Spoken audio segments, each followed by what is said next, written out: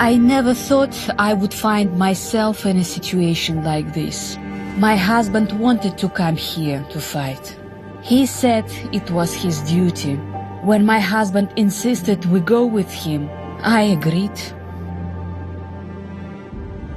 I came with my parents, but I was scared all the time. I saw people die.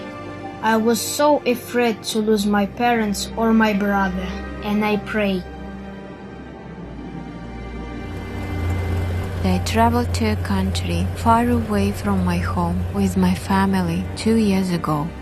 On the worst days, I would close my eyes and try to remember my grandmother's face, my school, all the things I had loved and left behind. But everything just felt so different after we arrived. My clothes, our home. There was always fighting, shooting in our compound and in the villages all around us. One terrible day, my husband and my older son did not return. I was afraid fighters would come for us next. So I woke up my youngest son in the night and we ran away. That same night, a large battle broke out. After the shooting stopped, soldiers found us and brought us to a camp. I can still hear the battle like it was yesterday. The shooting went on all day and all night. I managed to hide away, but my whole family was killed. I had to work for hours to a camp. I was completely alone. But then I heard my mother tongue. A woman from my country was speaking to her son, and I walked up to them and introduced myself. She took pity on me. I had lost everything. My husband, my son. I felt so numb inside. But when I saw this girl from my country, so alone, I knew I had to help her. I took her hand and decided to take care of her. Shortly after we arrived in the camp, we met Aygul, who has become like a sister to me. She told me about school and tried to teach me how to read, but we didn't have books. I often felt sad not being able to go to school like other children of my age. I felt left behind by everybody. When we arrived, it was cold and it was crowded. And sometimes people in the camp were cruel to us. We were always hungry. Many people were sick and we had no medicine. Children were dying. We heard there was still fighting going on in the province where the camp was located. We didn't have the opportunity to move freely, to express ourselves, to communicate with our families back home. We were struggling to find food and water all the time and could never rest. Some of the other women treated me badly for not following their rules. I was afraid of being targeted.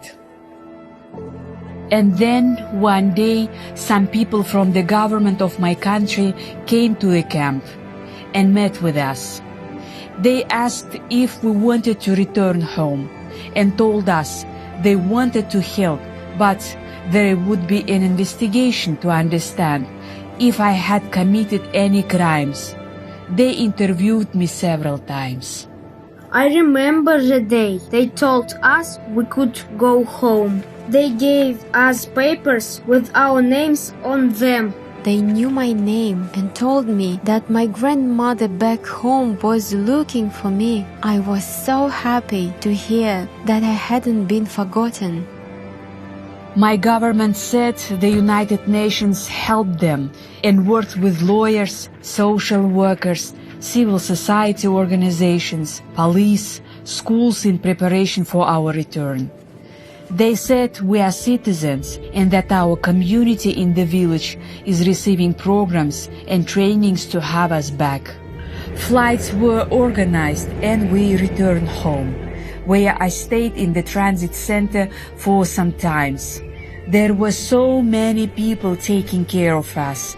encouraging us to talk about everything we had been through, helping us to heal.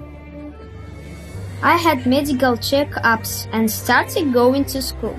Finally, I am learning to read.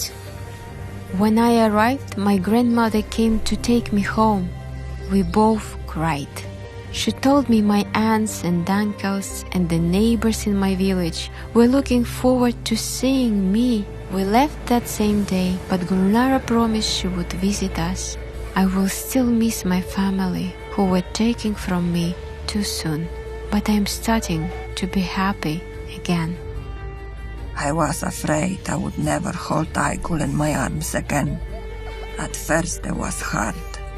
Our neighbors felt scared having them come back to the community. But in the months before Aigul and the others came back, there were programs to help the community come together to talk about their return. They taught us how to best support Aigul and forgive her family for leaving, in spite of our efforts to stop them.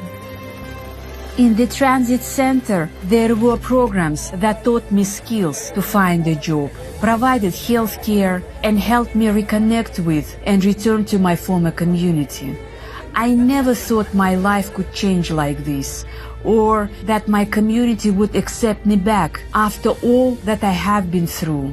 But I am moving forward now to rebuild our lives.